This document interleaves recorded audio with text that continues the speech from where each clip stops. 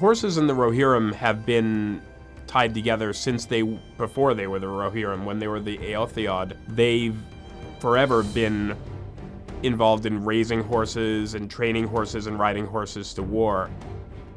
The Miras are the lords of all horses. They're sort of a strain of horses with extremely pure blood going back to time immemorial, who have developed this affection and mutual admiration for the kings of and princes of Rohan. I looked at horses that might have some kind of connection with royalty in the real world, and when you think about those, things that come to mind are the battle mounts of the High Middle Ages.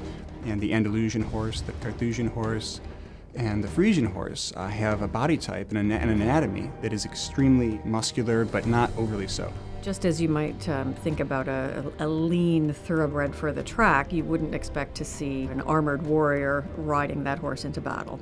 And so the body type of the horses, the way they look in game, is different. Another thing that we did is we gave them very prominent feathering on their hooves, which adds an element of floating to the effect when you see them run.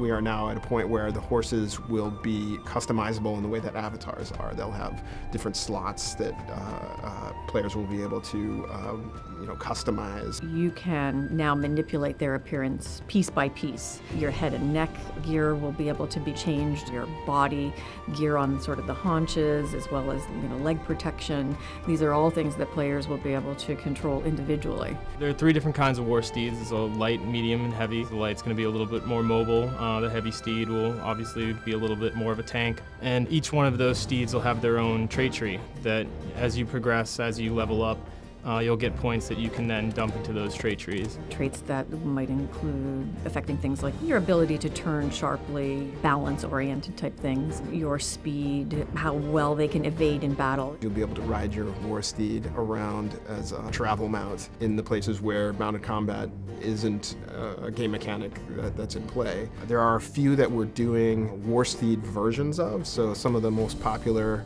travel mounts will have war steed armor sets made from their designs so that players will be able to emulate what they may have liked on their travel mount on the war steed.